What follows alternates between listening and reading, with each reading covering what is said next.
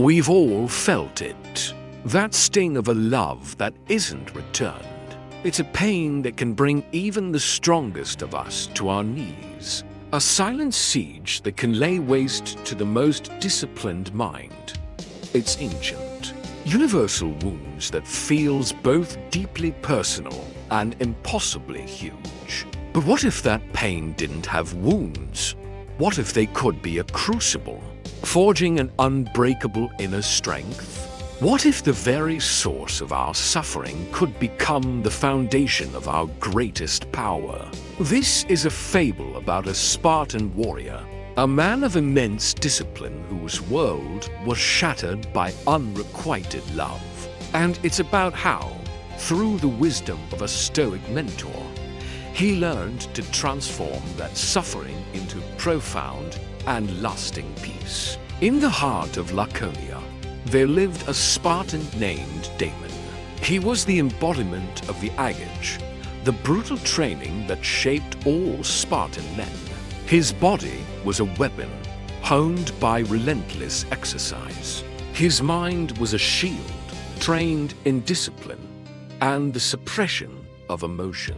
In the chaos of the phalanx, amidst the clash of bronze and the cries of men, he was an island of calm resolve. He knew pain, fatigue, and fear, but he'd been taught to master them, to make them tools that served Sparta. But there was one battle he wasn't trained for.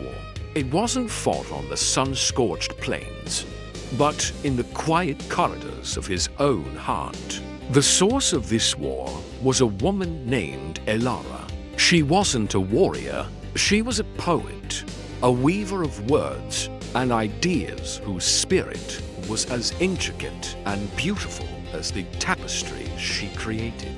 Damon, a man of action and few words, found himself utterly captivated by her grace, her mind, and the quiet strength she held. His admiration, forged in silence, soon grew into a powerful, untamed passion.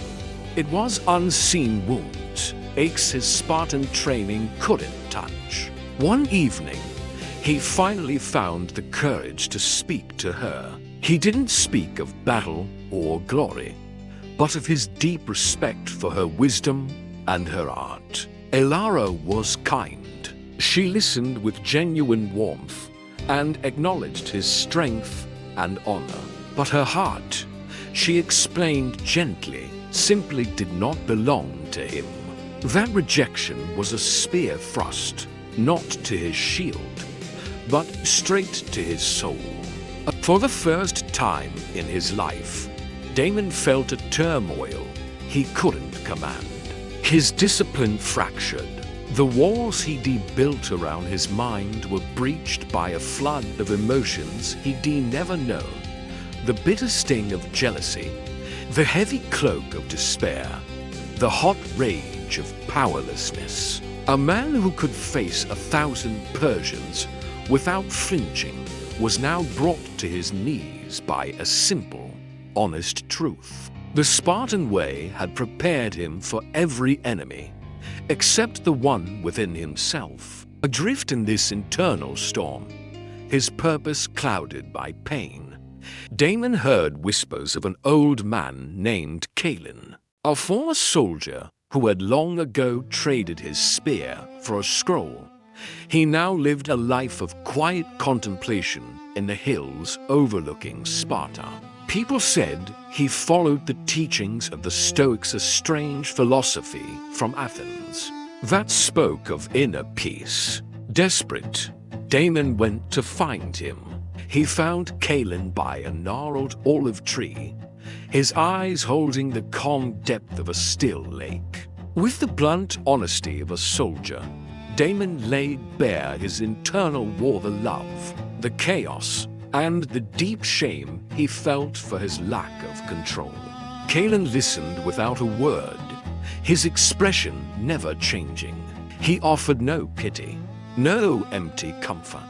When Damon was finished, the old man asked a simple question. "Warrior, tell me, Can you command the sun to rise in the west? Can you tell the rain to fall from a cloudless sky? Of course not, Damon answered, frustrated. Then why? Kaelin continued, his voice calm and steady. Do you believe you can command the heart of another? It is an external thing, as far beyond your control as the turning of the seasons. And right there, Damon received his first lesson. The world is split into, Kaelin explained, things within your power and things outside of it. Another person's affections, their thoughts, their choices, these are not yours to control. To stake your happiness on them is to build your house on shifting sand. But your own thoughts, your judgments, your actions, the honor with which you carry yourself, this is your fortress. This is the only ground you truly command. Turn your attention away from what you can't control and focus on building your inner citadel. Every time you feel that pain, don't fight it. Acknowledge it like a passing cloud, and then deliberately turn your mind to what is yours, the quality of your next breath, the discipline in your training, the duty you owe to your brothers. Damon returned to his barracks, the old Stoic's words echoing in his head. The pain didn't just vanish. It was a constant shadow. But now, he had a strategy. When the image of Elara came to mind, bringing that familiar ache, he wouldn't let it fester. He would acknowledge the feeling, and then deliberately, forcefully, turn his focus to the grip of his spear, the rhythm of his march, the needs of the young recruit struggling beside him. The pain became a signal, a whetstone he used to sharpen his focus. The wounds that had crippled him were now a reminder to return to his own domain, the domain of his character. After a month, he sought out Kaelin again. He explained that the storm hadn't stopped, but he was no longer drowning. He was learning to navigate the current. The old mentor nodded. You've laid the foundation. Now, you must use the very stones of your suffering to build the walls. This led to the second lesson. That immense energy you feel, that passion, it's a fire, Kaelin said, gesturing to the small campfire beside them. Left untended, it will burn your house down. But if you can channel it, if you can direct its heat into a forge, it can temper the finest steel. It doesn't need to be extinguished. It needs to be repurposed. Let your admiration for her qualities, her grace, her wisdom become your own goals. Let your love for her transform into a love for virtue itself. Take the fire of your longing and use it to forge yourself into a man of unbreakable character. Let the pain of her absence fuel your endurance on the training field. Turn this private pain into public good. Damon embraced this new teaching with his full Spartan will. He trained with an intensity that awed his peers. He wasn't seeking glory, but excellence. The energy once spent on sorrow was now poured into mentoring younger warriors, mastering strategy, and serving his community with a quiet, unwavering dedication. He became a leader not by command, but by example. His pain, now channeled, had become his greatest fuel. One day, he saw Elara in the marketplace. He felt the familiar pull in his chest, but this time, it was different. The desperate, grasping ache was gone. In its place was a quiet, gentle appreciation. He saw her not as something to be won, but as a fellow human being of worth and virtue.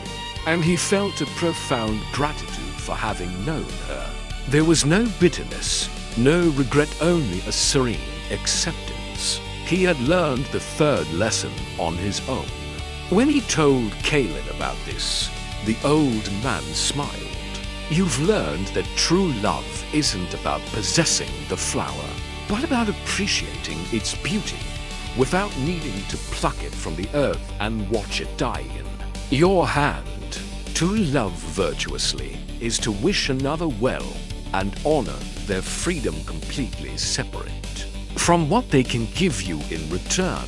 You have learned to love in a way that is aligned with nature itself. Years passed. Damon became a commander, his name a byword for wisdom and integrity in Sparta. The young man torn apart by his emotions was gone, replaced by a leader whose peace was his most formidable weapon.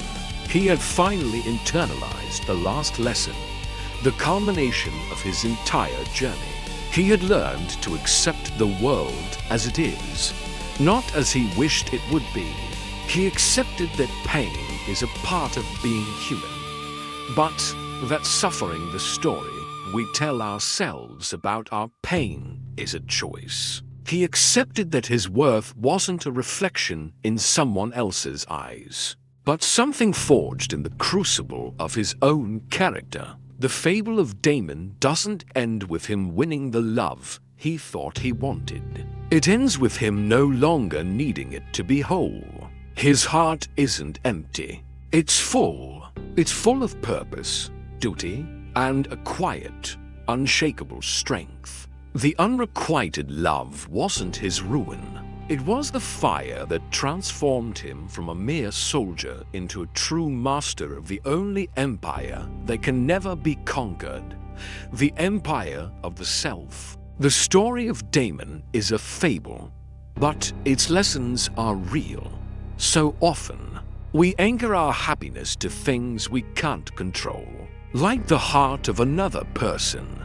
The real path to peace is to turn inward, to focus on our own character, our own actions. It's about taking the powerful, chaotic energy of heartbreak and channeling it into a passion for becoming better. It's about learning to appreciate the good in others without needing to possess it. Our greatest heartbreaks don't have to be our end.